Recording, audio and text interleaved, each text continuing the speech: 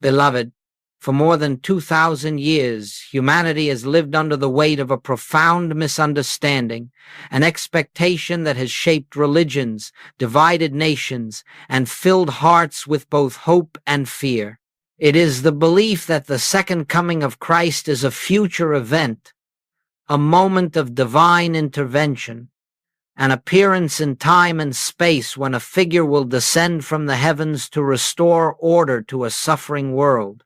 And so generation after generation has watched the sky, predicting dates, calculating signs, reading omens, waiting for something to take place out there that would somehow redeem what feels lost in here. But nothing could be further from the truth. The kingdom of God, we are told, is within you, not above you, not beyond you, not waiting to arrive, but silently present, eternally complete, at the center of your very being. And yet this simple truth has been overlooked because the human mind has always sought God in form, in personality, in phenomena. Humanity has longed for an outer savior, forgetting that the only salvation possible is the discovery of one's own divine identity.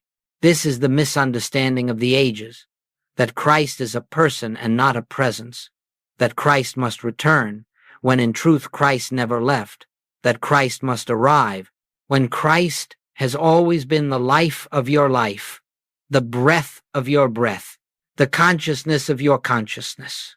For centuries, the world has projected its longing outward. It has believed the Messiah must appear in robes or in radiant glory. It has believed that salvation must come through some historical intervention. But the teaching of the Christ, the teaching revealed through the life of Jesus and illumined by every true mystic, is that God is closer than breath, nearer than hands and feet, and that the divine manifestation we call Christ is the eternal spiritual identity of every soul. The fear that has grown around the second coming originated the moment we imagined it as an external judgment, an upheaval of nature, or a cosmic reckoning. But fear always arises from the belief in separation. The moment you believe God is a distant deity who must return to you, you have already accepted the premise that you are apart from the source of your being. And from that mistaken premise flows every form of anxiety, anticipation, and confusion. The spiritual truth is this: the second coming is not the return of a man, but the awakening of a consciousness. It is not an event, but a realization. It is not something to wait for, but something to recognize. The Christ is not coming to you, the Christ is coming through you, as the dawning of your own awareness of oneness. When Jesus walked the earth, he walked as one who had awakened to that inner truth. He said, "I and the Father are one," not to elevate himself above humanity, but to reveal what is true of all creation. The world has revered the messenger and forgotten the message. It has worshipped the vessel and overlooked the life that animated it. And so the teaching that could have freed humanity from centuries of fear was misunderstood, misinterpreted, and externalized. Today, we begin to correct that misunderstanding. Not through argument, not through theology, but through quiet recognition, for the Christ that the world awaits is already present. The light that humanity believes must descend from heaven is already shining within. And the second coming, this great event foretold in Scripture, prophesied by mystics, debated by scholars, is nothing more and nothing less than your own inner awakening to the presence of God as your own true self. Let us, in this hour, lay aside the world's expectations and return to the simplicity of spiritual truth. Let us see the second coming not as a cosmic disturbance, but as the still, small voice breaking through the noise of human belief. Let us recognize that the Savior does not come from the sky, but from the silence within. And let us open ourselves to the possibility that what the world has awaited for millennia may unfold in the quiet chambers of our own consciousness even now. This is the introduction to our journey. From here, we will begin to explore why humanity has looked outward for what can only be found inward, and how this inner realization marks the beginning of the true second coming. For countless generations, humanity has searched for God where God could never be found outside itself. This outward search is not a failure of devotion, but a natural stage of spiritual infancy. When the capacity for inner perception has not yet awakened, one looks to forms, to symbols, to the tangible and visible, believing that God must reveal himself in the same way that all other things appear, as matter, as movement, as external event. And so humanity built temples, erected altars, created rituals, and appointed intermediaries, not because these things contained God, but because they provided a point of focus for minds not yet still enough to perceive the invisible presence. In this way, organized religion served its purpose. It guided the gaze of the seeker upward and outward, teaching reverence, teaching aspiration. Yet it could never teach the one lesson that only an awakened consciousness can learn, that God is not reached by stretching outward, but by sinking inward. Throughout history, the masses expected divinity to come in visible form because visibility was the only language they understood. When consciousness is unawakened, it cannot imagine an invisible kingdom, so it imagines an external Messiah. When the heart has not discovered its divine center, it imagines a God who lives elsewhere. When spiritual perception is dim, it seeks light not within but in the sky, believing that salvation must descend from above rather than rise from the depth of one's own being. This explains why humanity has clung so tightly to the idea of a coming one, a savior, arriving in a moment of cosmic intervention. It is not that people are misguided. It is that people have not yet realized the nature of spiritual reality. They believe the world they see with the eyes is the world in which God must act. They believe the events of history determine the events of spirit, and so they wait watching, interpreting, speculating on signs and wonders that could never reveal what must be known only in the stillness of consciousness. Every age has repeated this pattern. The early Hebrew prophets foretold a Messiah who would liberate Israel from earthly oppression. When Jesus appeared, many rejected him because he did not fulfill the external expectations they had cherished. They wanted a warrior, a king, a visible triumph. They could not imagine that the true Messiah had come not to change the conditions of the outer world, but to reveal the presence of the inner kingdom. And so it has continued through centuries of Christian history. The Church, unable to perceive the mystical dimension of the Christ teaching, externalized the second coming just as earlier generations had externalized the first. Instead of seeing the Christ as the divine selfhood of all, it taught that only one individual embodied this light, and that humanity must wait for that individual to return. In this way, the world perpetuated its own blindness. It searched for the Christ in flesh while ignoring the Christ in consciousness. It worshipped the historical Jesus while overlooking the eternal spirit that animated him. It built doctrines about a distant future event while missing the immediacy of the present spiritual reality. Goldsmith often pointed out that the human mind clings to form because form seems dependable, definable, controllable. But God is none of these. God cannot be confined to a form, cannot be contained in a doctrine, cannot be captured in an expectation. The divine presence is infinite, incorporeal, ever-present, and therefore must be realized, not awaited. This is why humanity has looked outward, because outward is all it knew, and this is why the masses still wait for a Messiah to appear in the clouds, unaware that the true appearing of Christ is the dawning of spiritual awareness within their own hearts. As long as God is sought externally, the second coming remains a future hope rather than a present realization. But the moment you turn from the world, from signs, from predictions, from external events, and direct your attention inward, you discover what the early disciples discovered in the silence after Jesus' departure, that the Christ never goes, never comes, but simply reveals its eternal presence. This understanding forms the foundation for everything that follows. To see why the second coming is not an event in time but an awakening in consciousness, we must first recognize how deeply humanity has relied on outward interpretations. Only then can we begin to shift from expectation to realization, from looking outward to perceiving inward, from waiting for the Christ to appear to discovering that Christ is, and always has been, the very life within us. And now, beloved, we come to the heart of the mystery, the point where human expectation dissolves into spiritual revelation. For if the world has long looked outward for a returning Christ, we must ask, what was it that Jesus himself intended us to understand? What did he reveal through his life, not in words alone, but in the consciousness from which those words arose? The answer is simple, yet it overturns centuries of misunderstanding.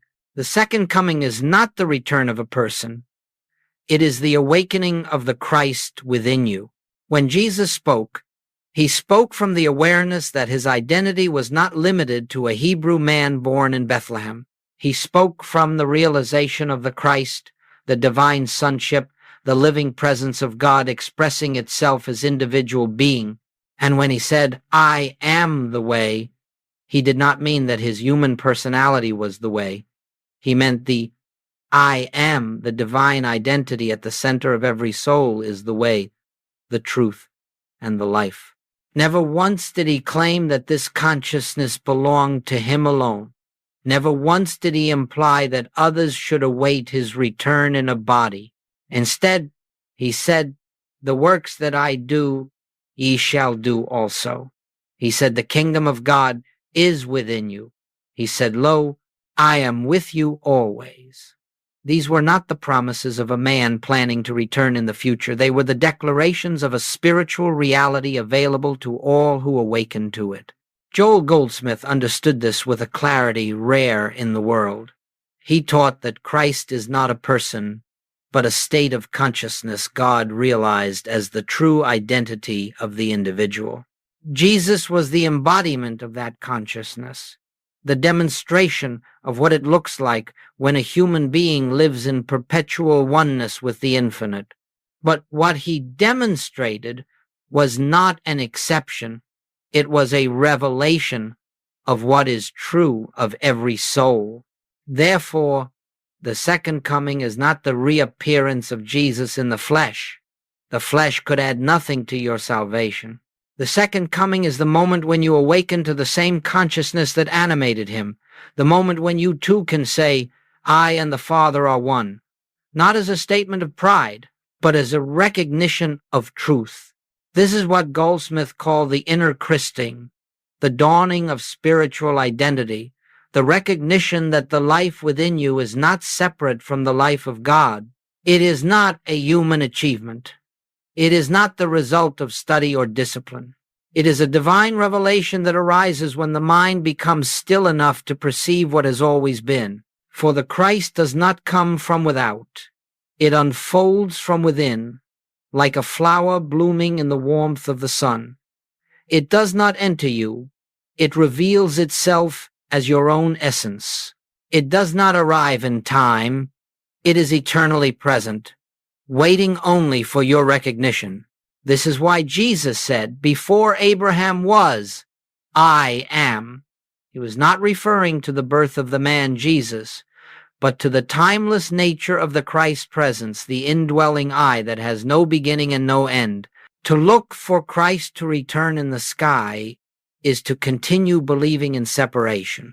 To wait for a future event is to deny the ever-present reality that stands before you now, whispering, "Here I am, The second coming is the awakening of this whisper, the unveiling of this presence, the moment when the veil of personal identity dissolves and the truth of your being shines forth.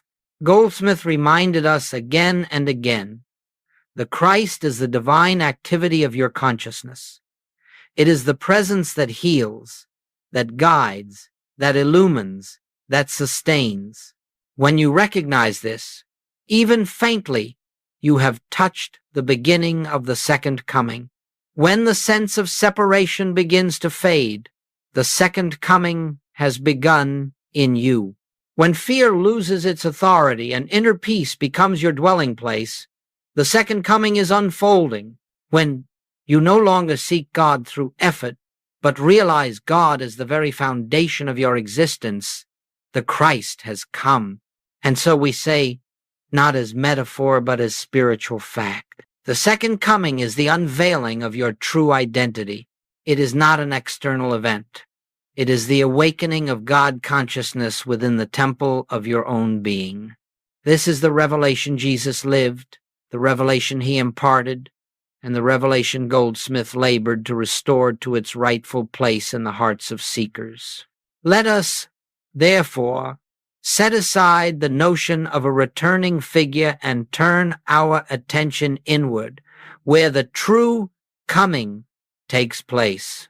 Let us be still enough to recognize that the Christ we await is the Christ we already are. And let us prepare our consciousness to receive that holy realization. And now, beloved, we come to the sacred moment when the veil begins to lift, not because something new is entering your life, but because something ancient is being remembered. The world speaks of the second coming as an arrival, but in truth, spiritual realization is always an unveiling. Nothing descends, nothing travels, nothing appears from beyond. Rather, the mists of human belief dissolve, and you behold what has always been true. The Christ does not come to you, the Christ is revealed within you. It does not enter the heart. It becomes visible to the heart. It does not begin to exist when you awaken. You awaken to the fact that it has never ceased to be. You see, the divine presence is like the sun hidden behind clouds. The sun does not move. The clouds simply disperse. So it is with the Christ. You have never been separate, never been incomplete, never been outside the kingdom. But the clouds of belief in personal identity, belief in two powers, belief in separation, belief in material existence as reality have obscured the light. And the moment these clouds thin, even slightly, a radiance begins to appear that is not of this world. This unveiling often begins quietly. There is no announcement, no trumpet, no flash of spiritual fireworks. It may begin as a subtle shift in your awareness, a softness in your breath, a gentle sense that all is well despite appearances. You may not even recognize it at first, because the Christ does not come with drama, it comes with peace. It speaks not with thunder, but with stillness. It reveals itself not in words, but in presence.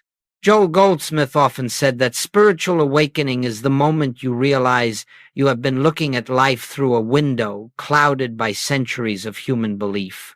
As the window clears, you do not see a different world. You see the same world differently.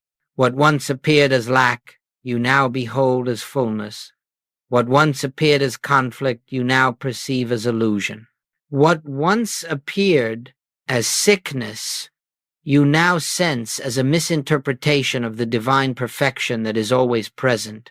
This is the unveiling, the recognition that reality was never what your senses told you. There is a world of spirit, a world of divine harmony, a world of infinite completeness, and it is here, now, in this very moment. It has been here your entire life. But only through the dawning of inner awareness can you perceive it. When Jesus said, "Having eyes ye see not, and having ears ye hear not," he was not chastising humanity. He was describing the condition of unawakened consciousness. which fails to see spiritual truth because it has been trained to trust only what the senses report. When the Christ unveils itself within you, you begin to see with spiritual vision. You begin to hear the guidance of the inner presence. You begin to feel the quiet assurance that the world of appearances is not the world of reality. This unveiling is the second coming taking place in the depth of your consciousness. It is not a moment of emotional excitement. It is not the climax of spiritual effort. It is the gentle awareness that you are no longer looking at life through the lens of personality, but through the Christ mind. You begin to understand that your life is not separate from God's life, that your being is not separate from God's being, that your consciousness is the individualized expression of the infinite consciousness that we call God. When this awareness dawns, even faintly, the world begins to change, not because the outer conditions shift immediately, but because your perception shifts. You no longer identify yourself as a struggling mortal trying to reach a distant God. You begin to recognize yourself as the temple of the living God, the place where the Christ reveals itself, the transparency through which divine life shines. You may find that old fears lose their authority. Old habits of worry no longer hold you. Old patterns of seeking, striving, and searching begin to dissolve. You rest more frequently in silence. You move more gently. You act from peace rather than panic. You listen inwardly before responding outwardly. These are the fruits of the unveiling, and gradually the presence that once felt subtle begins to feel natural. The inner Christ, once glimpsed occasionally, becomes the atmosphere in which you live. This is how the second coming unfolds, not as a single moment, but as a continuous opening, a daily dawning, an ever-expanding recognition of the one life expressing itself as your very own being. This unveiling is available to every soul because the Christ is not bestowed, it is revealed, it is not earned, it is recognized. And in this recognition, you discover the profound truth. The Christ was never absent. The only thing that was absent was your awareness of it. Let us hold this recognition gently as we proceed, for the unveiling is not complete until every sense of separation dissolves, and this prepares us for the next stage of our journey. Beloved, whenever humanity misunderstands spiritual truth, fear is the inevitable result, and few teachings have been as misunderstood or surrounded with as much apprehension as the second coming. For centuries, people have trembled at the thought of judgment, of endings, of upheaval. They have imagined cosmic disasters, divine wrath, the shaking of the world, the collapse of all that seems familiar. But these fears arise not from truth, but from the belief that God is separate from us, and that his appearing must therefore come as a disturbance to our lives instead of a revelation of our true nature. Fear always belongs to the realm of separation. Every fear you have ever known, fear of illness, fear of lack, fear of death, fear of failure, has arisen because you believed yourself to be a self apart from God. The ego self trembles because it knows its existence is unstable, temporary, uncertain. It imagines that life is a struggle for survival, and therefore it anticipates danger. When people project this fear onto the idea of the second coming, they paint a picture of divine intrusion rather than divine unveiling. But when you understand that the Christ is the very essence of your being, you realize there is nothing to fear.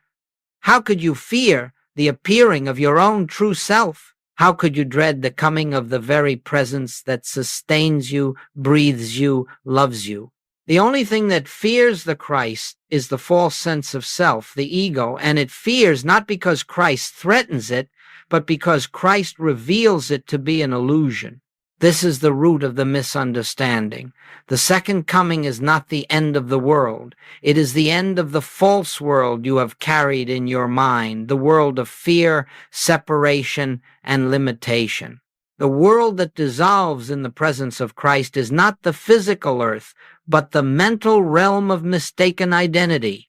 And so, when people hear that the second coming will be the end of the world, they shrink back in terror, never realizing that what ends is the world of illusion, not the world of reality. Consider this. When light enters a dark room, the darkness disappears. But nothing destructive has occurred. Darkness has no substance. It is merely the absence of light. When Christ consciousness dawns, the darkness of fear disappears in the same effortless way. Nothing collapses. Nothing is punished. Nothing is destroyed. Illusion simply yields to truth. Yet because humanity has believed that God is something other than the very life within them, the coming of Christ has been imagined as an invasion rather than a revelation. When God is perceived as external, his appearing seems threatening. When Christ is seen as other, his return feels like judgment. But once you understand that the Christ is the divine identity of your own being, the whole emotional atmosphere shifts. What once seemed fearful becomes deeply comforting. What once seemed threatening becomes liberating. What once seemed distant becomes intimate. Joel Goldsmith often said that every misunderstanding about God arises from the belief in two powers, one good, one evil, struggling for dominion. Fear thrives in this belief. But when the Christ is realized, you see that there is only one power, one presence, one life, one reality. In this recognition, fear dissolves. For what is there to fear when God alone is the substance of all being? This is why the second coming has been so misunderstood. People interpreted spiritual awakening through the lens of fear. They projected their own guilt, their own self-judgment, their own insecurity onto the idea of God's appearing. But God does not judge. God reveals. God does not condemn. God illumines. God does not destroy. God awakens. And so, beloved, let the fear of the second coming be dissolved once and for all in your heart. The only thing that disappears when Christ is revealed is that which never truly existed. The sense of separation, the false identity, the belief that you are alone in the universe. These are the illusions that fade, and what remains is peace that nothing in the world can disturb, because the peace that remains is the peace of your true self. When you understand this, you will no longer fear the coming of Christ. You will welcome it. For the Christ does not come to end your life, it comes to end your fear of life. It does not come to take anything from you, it comes to reveal what was always yours. It does not bring sorrow, it lifts the veil of sorrow. It does not bring judgment, it ends self-judgment. It does not bring the end of the world, it brings the end of suffering. This is why the second coming must be understood from within. For only within can fear dissolve, and only within can the Christ appear in its true nature. Let us rest in this recognition as we continue our journey. Beloved, if the second coming is not an external event but the inner unveiling of Christ consciousness, then we must ask, how does one prepare for such a revelation? How does one make ready the temple of consciousness in which the Christ appears? And the answer, as simple and as profound as all spiritual truth, is this: we prepare by becoming still, not by effort, not by ritual, not by striving to attract the presence, but by ceasing the activity that hides it. The Christ appears not in noise, but in silence, not in movement, but in stillness, not in seeking, but in surrendering. For the divine presence does not approach the soul through the doorway of human effort. It reveals itself when human effort yields to the quiet awareness of what already is. Joel Goldsmith taught that true spiritual practice is not a reaching outward, but a sinking inward, a gentle resting in the truth of one's own divine nature. And so we do not prepare for the second coming by watching world events, by studying prophecies, or by attempting to discern signs in the heavens. We prepare by creating within ourselves an atmosphere receptive to revelation. This preparation looks like silence, not empty silence, but living silence. It looks like a few moments in which you release concern for outcomes, release personal striving, release the belief that you must accomplish something spiritually. It is the silence in which you say, not with words, but with awareness, "Here I am, Father. I am still. I am listening." You may sit quietly for a moment in the morning, not to ask, not to receive, not to get, but simply to recognize that God is here. You may rest for a moment before making a decision, acknowledging that divine wisdom is the guiding intelligence of your life. You may pause during the day, not to correct a problem, but to remember that in the presence of the Christ there are no problems, only appearances, awaiting the dissolution of your belief in them. These moments of quiet recognition are the opening of the temple door. In the Old Testament, the temple was described as a sacred place where the presence of God dwelled. But the true temple is not a building. It is your consciousness. And it is only when the temple is quiet, only when the inner noise has fallen away, that the presence can be felt, heard, known. You cannot force the Christ to appear. You can only create an atmosphere in which recognition is possible. This is the essence of Goldsmith's teaching. Be still, not to bring God into your life, but to realize that God is your life. Rest, not to invite the Christ, but to see that the Christ has never left. The inner practice, then, is not a technique, but a posture of soul. It is the gentle remembrance that you are never separate from divine reality. It is the willingness to stop seeking God with the mind and begin sensing God with the heart. It is the humility to let go of your attempts to manage life and instead allow life to unfold from within. There may be times when you sit in silence and feel nothing. There may be days when the mind is busy, restless, unwilling to be still. This does not matter. The practice is not about achieving inner stillness. It is about returning to it. Even a moment of recognition begins the process of inner unveiling. For when the mind becomes quiet, even briefly, the soul begins to hear a different voice, a voice not of intellect, not of emotion, but of spirit. This voice does not speak in language. It speaks in peace. It speaks in assurance. It speaks in the quiet conviction that you are held, guided, sustained.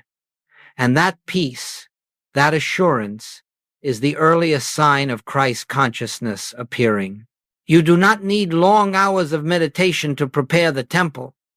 You need a willingness to pause, to breathe, to rest inwardly, to release the tension of "I must," to let the divine "I am" rise to the forefront of your awareness. As you cultivate these moments of inner realization, something begins to happen without your effort. The mind becomes more transparent. The heart becomes more receptive. The senses become less authoritative. The noise of the world loses its power to disturb you, and gradually, the presence that once seemed distant feels nearer, softer, more intimate. This is the preparation for the second coming, not outward activity, but inward receptivity. Not striving to draw the Christ to you, but recognizing the Christ already within the sanctuary of your being. Let us carry this understanding gently as we continue. for it leads directly into the next unfolding, how the inner Christ reveals itself through quiet transformation. Beloved, the second coming does not announce itself with explosions in the heavens or with the trembling of the earth.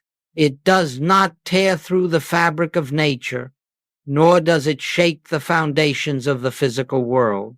It comes softly, as every divine revelation comes through a quiet transformation of consciousness. And so we must learn to recognize the subtle signs, the gentle shifts, the inner movements that reveal the presence of Christ unfolding within us. For when the Christ begins to dawn in consciousness, nothing may change outwardly in the beginning. The world may look the same, the conditions may appear unchanged, but you are no longer the same observer. Something within you has shifted its center of gravity. Something in you has begun to see life not from the standpoint of a separate self, but from the presence of the infinite within. One of the first signs of this inner coming is a softening of fear. Fear does not vanish overnight, but it begins to lose its authority. The things that once terrified you no longer have the same power. You notice that you respond differently, not with panic, but with a quiet assurance that something greater than circumstance is present. This assurance is not psychological. It is not based on hope. It is the beginning of the Christ appearing, the inner sense that you are not alone and never have been. Another sign is the loosening of personal will. You no longer feel compelled to control every detail of life. You begin to see that life unfolds more harmoniously when you allow the divine rhythm to guide you. Decisions become clearer, not because you think more, but because you resist less. The Christ within does the guiding, the revealing, the adjusting, and you discover that yielding brings more peace than striving ever did. There is also the emergence of spontaneous peace, a peace not tied to circumstances, a peace that appears without reason. You may be in the midst of challenge, yet you feel an undercurrent of stillness, as though something in you is holding you above the waves. This peace is not created by the mind. It is not the result of affirmation or discipline. It is the natural atmosphere of Christ consciousness beginning to permeate your awareness. In the unfolding of the Christ, you may also notice that problems appear less solid, less threatening, less real. It is not that you deny them. It is not that you pretend they are not there. Rather, you perceive that behind every appearance is a divine reality untouched by the situation. You begin to see disease not as a power but as an appearance. You begin to see lack not as a condition but as a concept. You begin to see conflict not as truth but as misperception.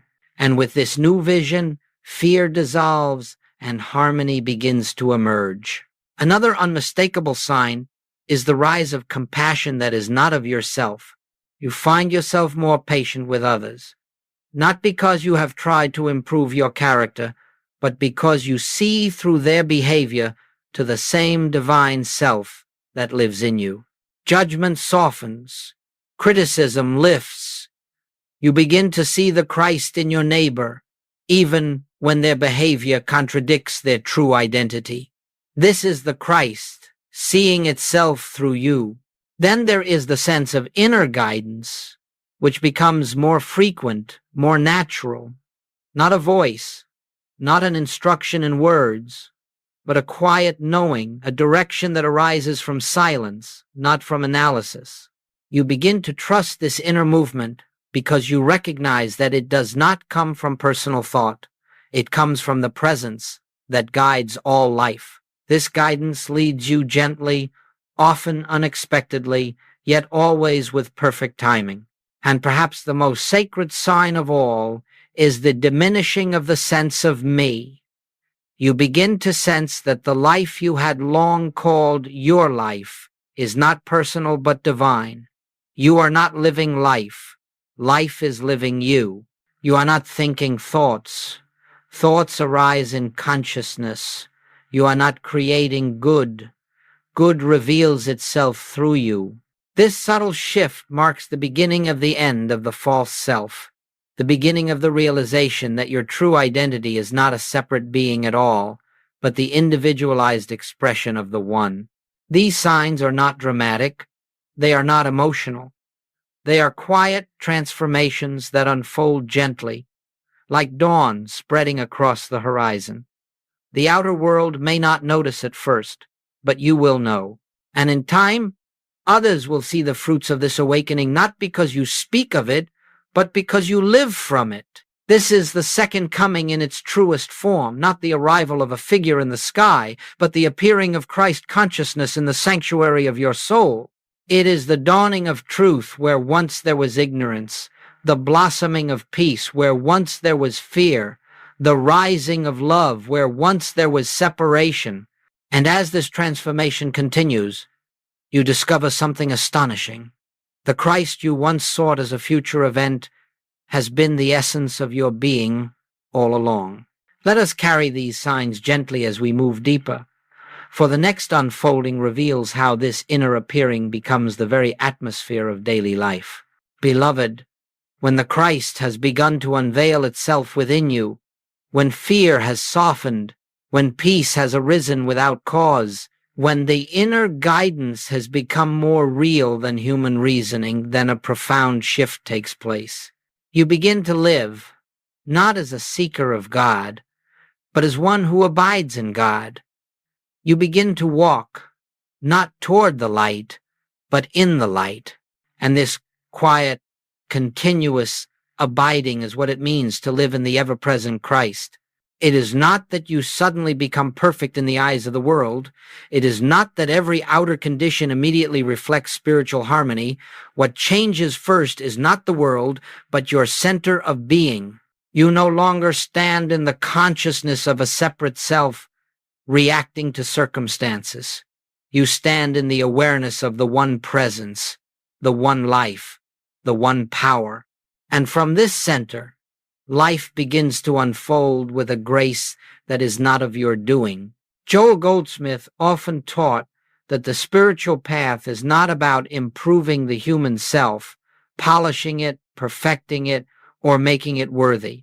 It is about seeing through the human self to the divine essence that has been there from the beginning. And as this recognition becomes more natural, your entire relationship with the world changes. You find that the events of life no longer disturb you as they once did. They may arise, they may pass, but they do not shake your inner foundation. Why? Because you no longer look to the outer world for stability. You have found your stability in the presence within. You no longer look to people for validation, to circumstances for safety, to possessions for security. You have discovered the secret the mystics have always known. The Christ within is the sufficiency of every need. You move through your days with a quiet confidence, not based on human ability but on divine awareness. You listen more than you speak. You respond rather than react. You are guided not by impulses or fears, but by a subtle direction that comes from the stillness within. And as you live from this deeper center, harmony begins to express itself outwardly. Problems resolve without strain. Solutions appear before the mind has time to seek them. Opportunities come without effort. This is not magic. This is not manifestation. This is the natural activity of the Christ consciousness functioning as your life. There comes a point when you notice that the old sense of personal identity is fading. You no longer feel the need to defend yourself, prove yourself, or uplift yourself. You realize that the self you once tried to protect does not exist. The life living you is God life, and therefore needs no defense, no improvement, no protection. You discover what Jesus meant when he said, "Take no thought."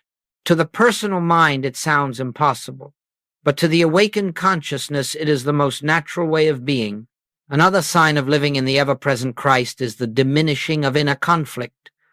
Even when outward challenges arise, your inner atmosphere remains undisturbed. You feel a presence walking with you, speaking through you, thinking as you find yourself receiving insights, clarity, and peace without effort.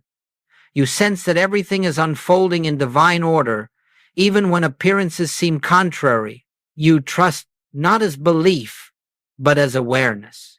As this consciousness deepens, love begins to flow through you in ways you cannot explain. This love is not sentimental. It is not based on preference or personality. It is the natural radiance of the Christ. It flows toward those who love you and those who oppose you. It flows toward the stranger, the friend, the troubled, the joyful. You see that the same divine self lives in all, and so you cannot help but love because you perceive the one life looking back at you from every face. This love is not something you cultivate. It is something that reveals itself when the Christ is recognized. And this love heals not because you try to heal, but because healing is the natural activity of the realized presence. Living in the ever-present Christ also means that you begin to act without personal purpose. You no longer push life. You no longer try to make things happen. You simply allow yourself to be an instrument through which the divine can express. This is the essence of Christ's living. The Father within me doeth the works. You discover that the works are done effortlessly when you step aside and let the presence function. And gradually, life becomes simpler. Not easier in the sense of escaping challenges, but simpler in the sense that you no longer divide your world into spiritual and material, sacred and ordinary, divine and human. You see the Christ everywhere. You feel the presence in all situations. You recognize that the kingdom of God is not a place, but a state of awareness. You understand that heaven is not a future reward, but the consciousness from which you live now. In this realization, you see that the second coming is not something that will happen. It is something that is happening now, always, eternally, whenever a soul awakens to the truth of its own identity.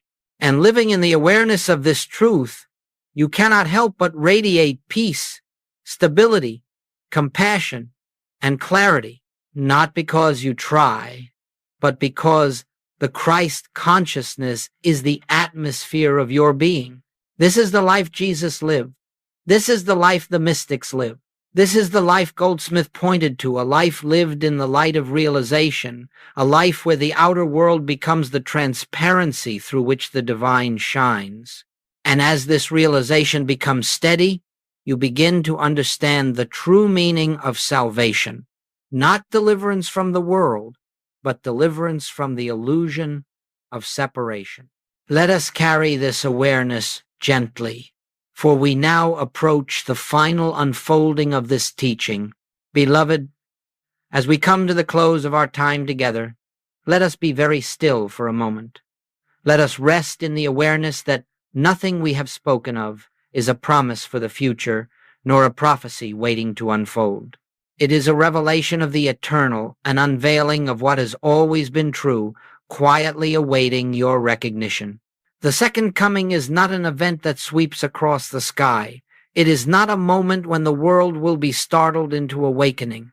It is the dawning of truth within the heart, the recognition of the Christ as your very own identity, your very own life.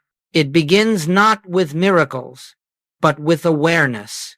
It begins not with the movement of the heavens, but with the stillness of your spirit. You have sought God through many paths, many teachings, many practices, but the Christ you have sought is the life within you, the presence that breathes you, the consciousness that sustains you. You have never been outside of it, not for a single moment. The only veil has been the belief that you are separate, the belief that God is elsewhere, the belief that salvation is a future event. And now that belief dissolves in the light of realization. The second coming begins the moment you turn inward and say, "Here, within me, is the presence of the living Christ." Not as a theory, not as an affirmation, but as a quiet knowing. It begins when you stop seeking God as a power to influence your life and begin recognizing God as the very essence of your life. It begins when you rest not in human strength, not in human understanding, but in the divine eye that Jesus revealed and Goldsmith illuminated. From this moment on, let the Christ be the center of your awareness, not as a figure of history, but as the presence that is living you. Let this presence govern your actions, inspire your words, fill your silence, and guide your steps. Let it be the atmosphere in which you dwell, the peace in which you abide, the intelligence that directs your path. Do not be concerned with whether your realization is full or partial. Do not measure your progress. Do not analyze your experience. Do not judge your spiritual maturity. The Christ does not come through effort. It reveals itself through willingness. You have opened the door simply by listening, by contemplating, by letting these truths settle into the quiet places of your soul. The Christ does not wait for perfection. It shines wherever the heart is receptive. And so I say to you, the second coming begins in you now, not tomorrow, not after further study, not when life becomes easier, but here, in this instant, with this breath, in this awareness. You carry within you the same presence that animated Jesus, the same light that illumined the mystics, the same divine life that Joel Goldsmith recognized as the only reality. And as you walk in this awareness, even imperfectly, even tentatively, the world around you begins to feel your peace, your gentleness, your clarity. Others may not know what has awakened in you, but they will feel the atmosphere of Christ consciousness radiating from your presence. This, beloved, is how the second coming spreads, not through prophecy, but through realization, not through world events, but through awakened individuals, not through spectacle, but through inner transformation. You are the temple of the living God. You are the transparency for Christ. You are the place where God becomes visible. Let the realization unfold naturally, gently, silently. Let the Christ live through you, not by your effort, but by your surrender, and let your life become a quiet testament to the truth we have spoken. The Christ is here. The Christ is now. The Christ is you. Rest in this awareness. Abide in this peace. Walk in this light, and the second coming will continue to unfold moment by moment, breath by breath, as the living presence of God expressing itself as your life